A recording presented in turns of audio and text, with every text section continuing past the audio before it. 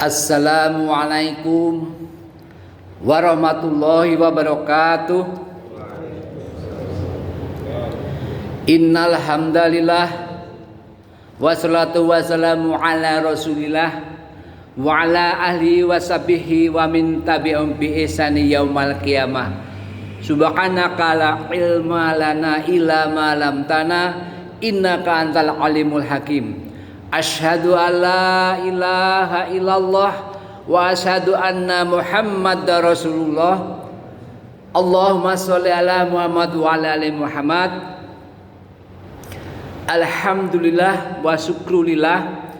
Kita senantiasa bersyukur kepada Allah atas kesempurnaan limpahan kenikmatan yang telah kita terima, sehingga kita masih dipersuakan, kita masih dipertemukan di sejengkal tanah yang Allah cintai dan Allah ridhoi, serta kita disibukkan dalam hal yang Allah ridhoi pula, yaitu apa? Tholabul ilm. Maka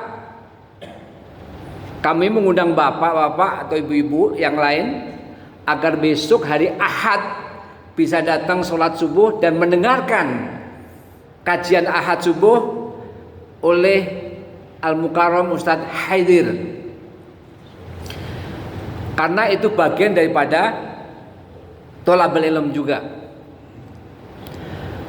Judul pada pagi ini adalah 4 klasifikasi kita dan keluarga di akhirat. Artinya di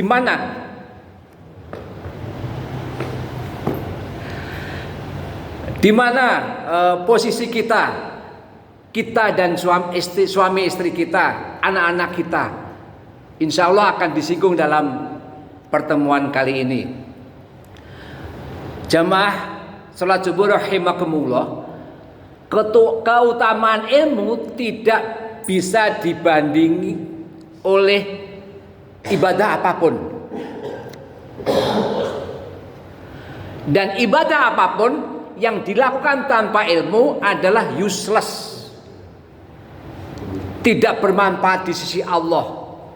Maka sholat kita, infak kita, kemudian baca Al-Quran kita, itu Allah akan tolak ketika apa? Ketika tidak dilandasi, dibarengi dengan ilmu. Nah, contoh real ketika zaman Rasulullah SAW, ada hadis di riwayat Bukhari nomor 793 ataupun Muslim nomor 397.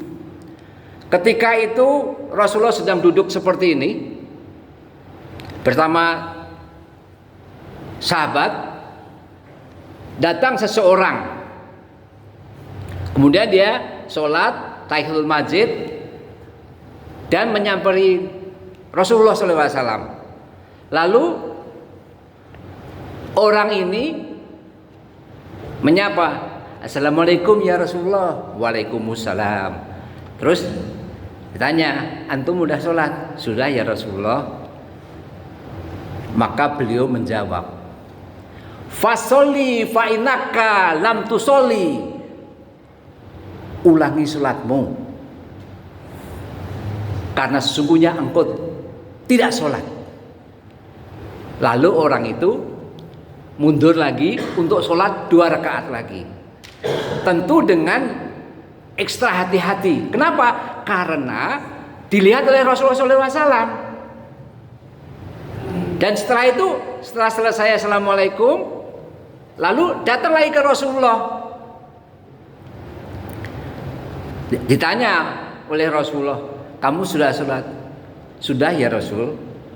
Fasoli fainaka lam tusoli. Ulangi sholatmu, karena sungguhnya engkau tidak sholat. Akhirnya yang ketiga kali. Begitu juga, tambah ekstra hati-hati, apa yang salah dari saya ini. Nah, yang ketiga pun juga begitu. Fasoli faina kalam tusoli, kata Rasulullah SAW. Kenapa hal ini terjadi? Karena tidak tu'maninah. Ini yang membuat orang itu sampai 3 kali. Kalau kita lihat, kita atau istri kita, anak-anak kita, saudara kita, atau mungkin jamaah sini, harus tu'maninah, pelan-pelan saja, tidak usah buru-buru. Ketika ruku, sujud. Nah, akhirnya orang itu berkata kepada Rasulullah SAW, "Fa'alimni ya Rasulullah, ajarin saya ya Rasulullah." Bapak, ibadah tanpa ilmu pasti tersesat. Nah, guru dari Ibnu Qayyim, yaitu Ibnu Taimiyah rahimahullah, mengatakan hal ini. Man faraqad dalil dola asabil. Siapa yang berpisah dengan penuntun jalannya, maka tentu ia akan tersesat. Apa jalannya? Ilmu. Besok itu, hari Ahad itu, dengan Ustadz Haidir itu mempelajari ilmu, Bapak-bapak. Datanglah.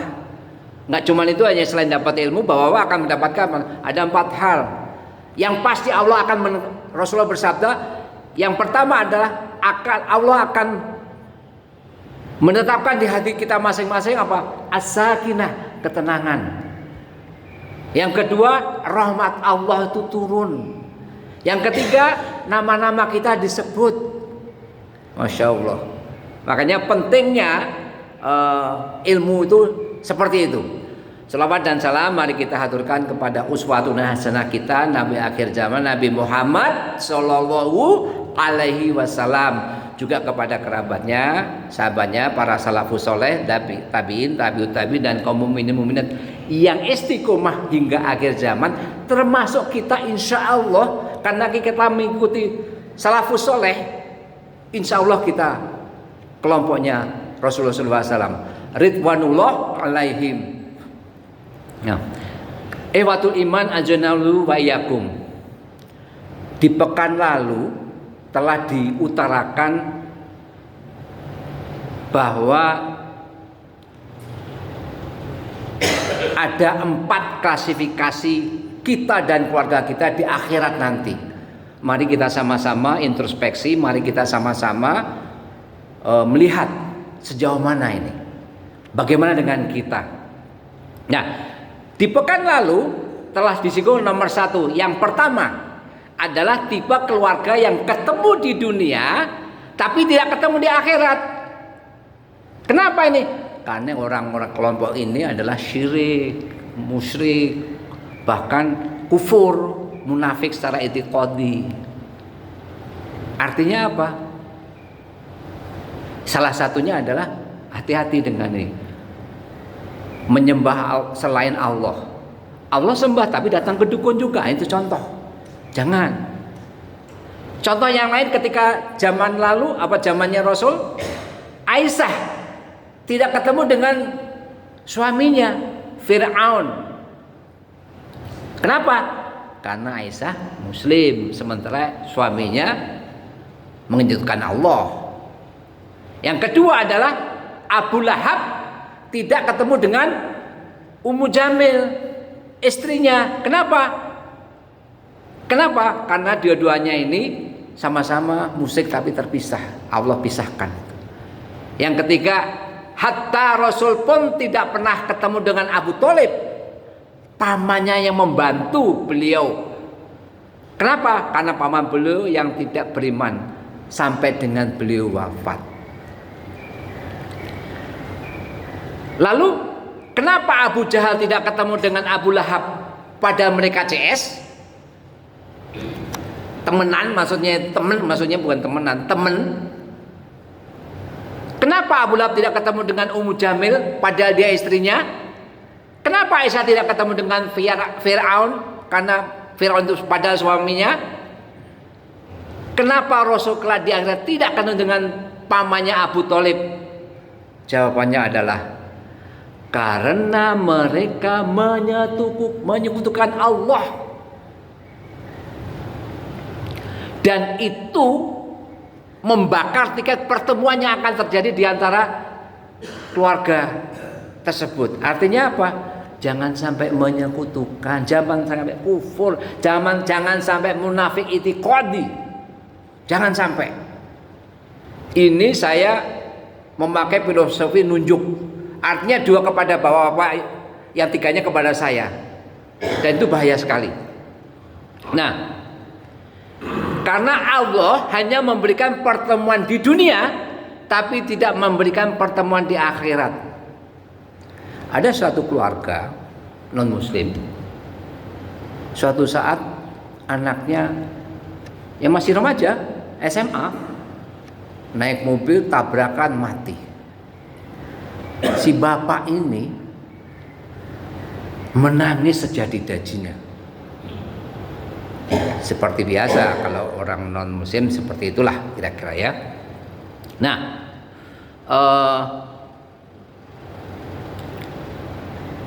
jadi keluarga yang non muslim itu,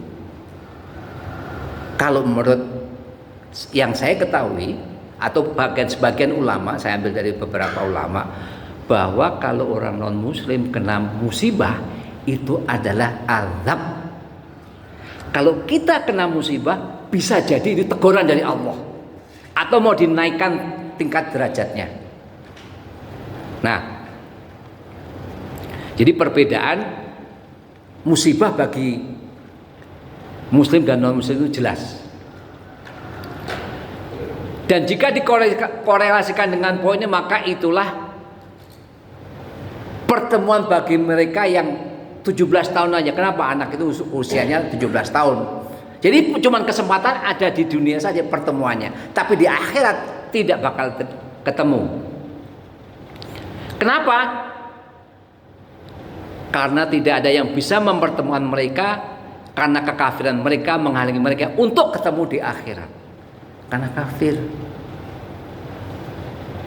Nah, ini sesuai dengan firman Allah di surat Al-Ma'arij surat 70 ayat 11 dan 12. Ya wadul mujrimu la yaftadi min azabi yaumin idzim bibani.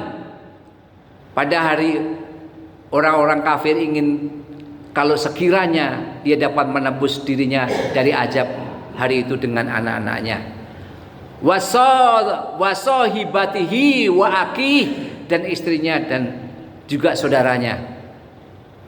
Tafsirnya dari Saleh Asyawi dalam An-Nafahat Makiyah, seandainya dirinya dapat lolos dari azab Allah dengan bantuan manusia lainnya, seperti anak-anak mereka, istri mereka, saudara mereka, kaum yang memiliki hubungan dengannya, bahkan siapa saja di bumi yang ia kenal, kemudian harapannya bisa lolos dari azab Allah, akan tetapi semuanya jauh dan jauh, karena saat itu adalah hari pembalasan, karena dia menunjukkan Allah, karena dia kafir, karena dia munafik.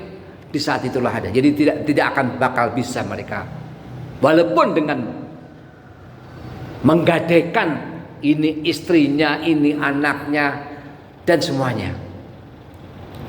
Itulah tipe keluarga di akhirat kelak, tipe keluarga yang ketemu di dunia tapi tidak ketemu di akhirat karena musyrik tadi. Dan ini Bapak-bapak bisa berlaku di kehidupan kita kalau kita tidak hati-hati. Termasuk hamba yang dhaif ini. Nah, yang kedua adalah yaitu keluarga yang tidak pernah ketemu di dunia tapi bertemu di akhirat.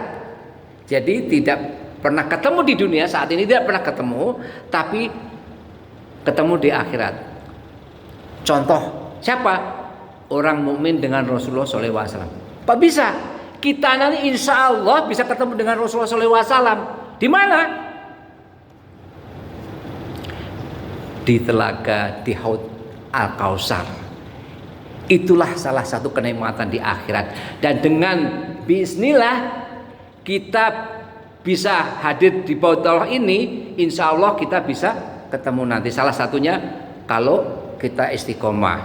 Nah, dasarnya mana statement ini? Karena Bapak-bapak, Kalau omongan saya ini tidak ada dasar, ini cuma dongeng semata, harus ada dasarnya. Yaitu di hadis riwayat Bukhari nomor 6583 dan Muslim 6108. Dari Sahal bin Sa'ad radhiyallahu anhu, Nabi sallallahu alaihi bersabda, Inni faratukum alal haud. Saya menunggu kalian, kita nih ditunggu oleh Rasulullah SAW. Kelak, man maro alaya syarib, siapa yang mendaki aku dan dia akan minum di telaga haud itu. Wa man syaribalahum yat ma'abada, dan siapa punya minum airnya tidak akan haus selamanya. Masya Allah. Kalau di dunia ini, kemarin saya habis sakit, ya bisa sakit. Tapi di sana nanti tidak ada sakit, tidak ada, wah, Masya Allah, unpredictable, tidak bisa diprediksi bagaimana. Nah, contoh lain, kalau tadi orang mukmin dengan Rasulullah SAW. Contoh lain siapa? Khadijah dan Aisyah.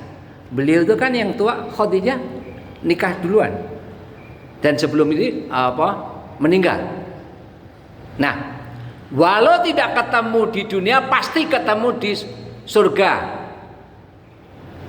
Yaitu dalam hadis riwayat Hakim dan Muslim, Rasulullah bersabda, ada 4 pemuka wanita ahli surga. Yang 2 adalah Khadijah binti Khuwailid dan Asiyah.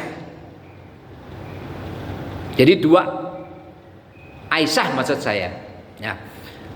Contoh lain, insya Allah Ustadz imam kita yang ngajarin saya setiap hari Senin sampai Jumat, bapak-bapak datanglah. Masalah tadabbur Al-Quran, masalah kitab Riyadhus Shalihin dan yang lain-lainnya. Ustadz Miftah, kakek neneknya bisa jadi tidak ketemu dengan Natfi atau Korni, putranya Ustadz. Kenapa? Karena beliau sudah meninggal duluan. Sementara Korni ataupun Natfi belum ada. Maka pasti mereka diketemukan di dunia, maka masih tidak diketemukan di dunia, namun insya Allah bertemu di surga. Namun dengan ada satu kriteria. Pertama, harus beriman dengan iman yang benar. Dan yang kedua, ada rahmatullah. Kita masuk surga itu bukan karena ibadah kita, tapi rahmat Allah. Ketiga, mengikuti tuntunan Nabi SAW. Apa? Nyunah. Sikap dan perilaku Nabi diikutin. Kemudian menjalankan Islam secara lahir dan batin dengan benar. Dan menjauhi maksiat dan dosa-dosa besar. Itulah yang kedua, bagaimana kita klasifikasi kita dan keluarga kita, apakah nanti di akhirat seperti apa, itu yang kedua. Jadi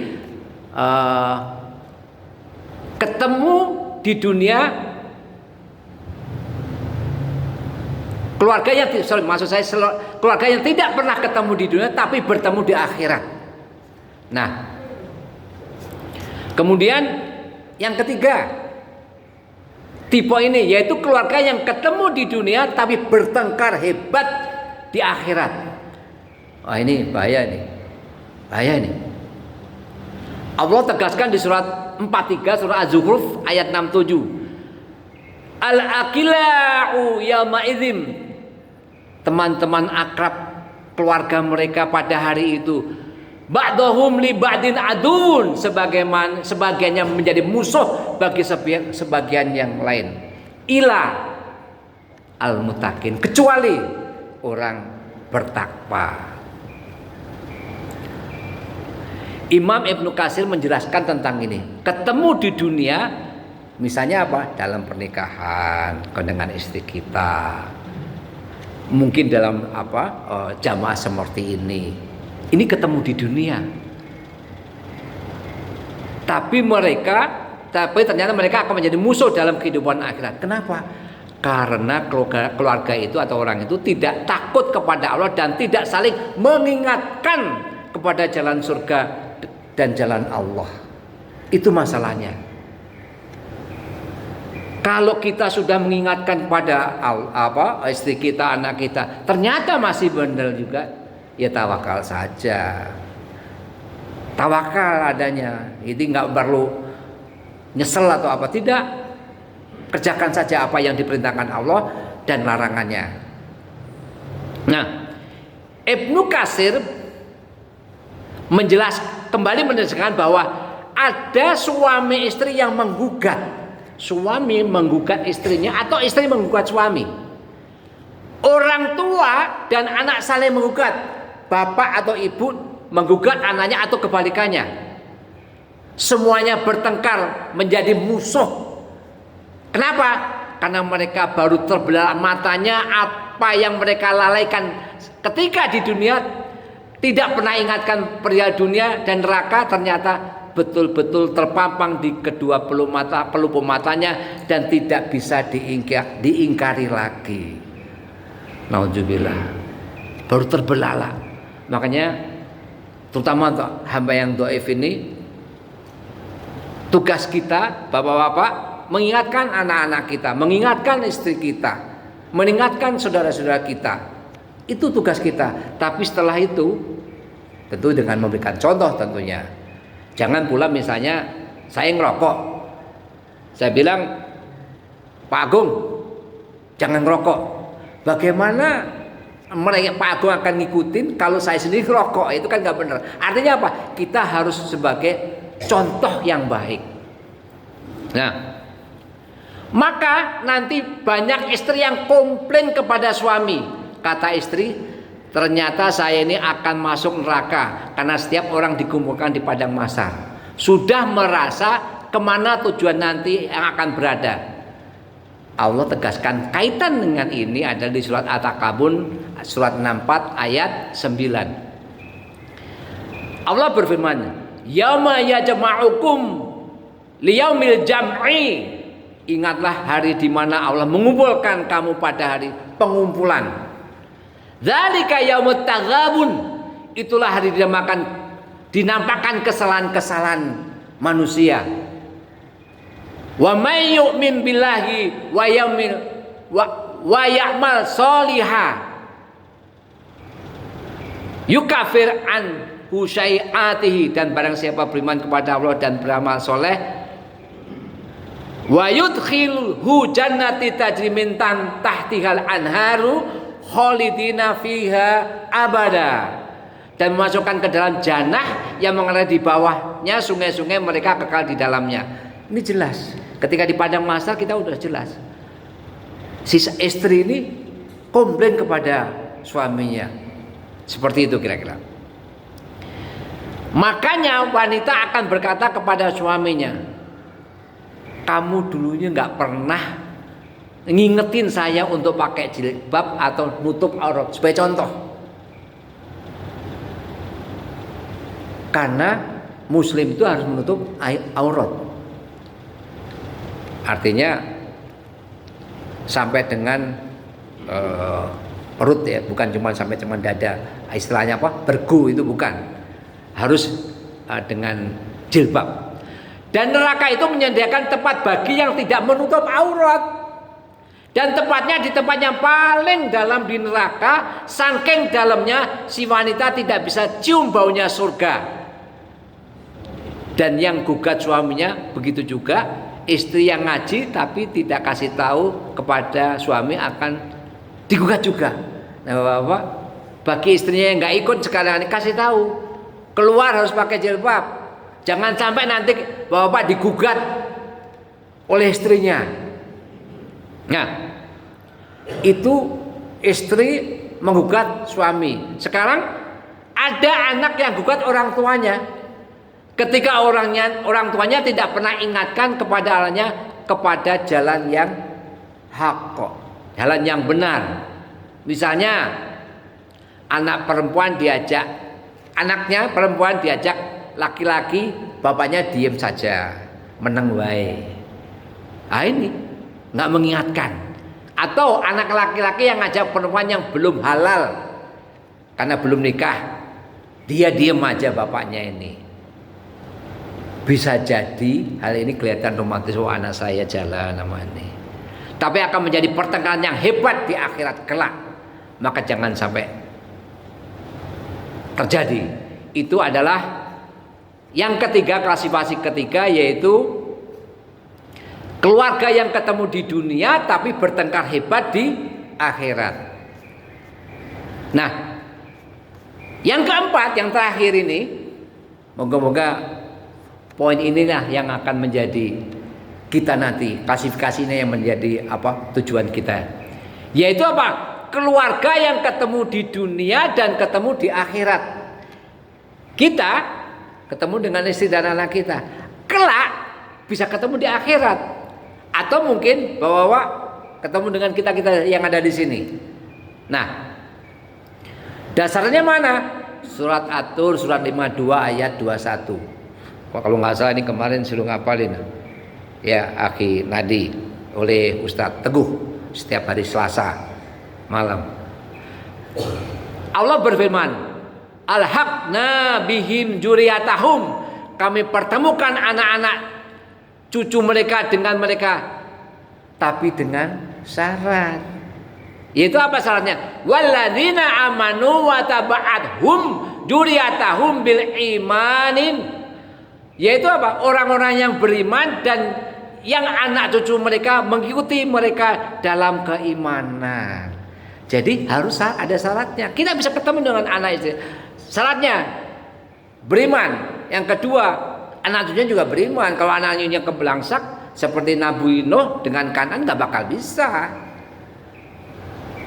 Nah, Ibnu Abbas mentafsir masalah ini, mengomentari ayat ini dengan misalkan Allah akan mengangkat derajat keturunan seorang mukmin meski berbeda tingkat amalnya sebagai pelipur lara baginya.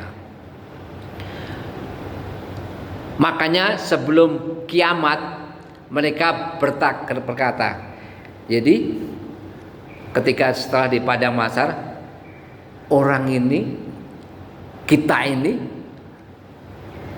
berkata kepada Allah, ya Rob, aqimi sa'ah hatta ajri'i ila ahli. Wahai Robku, cepat segerakan kiamat agar aku ketemu kembali dengan keluargaku. Apa?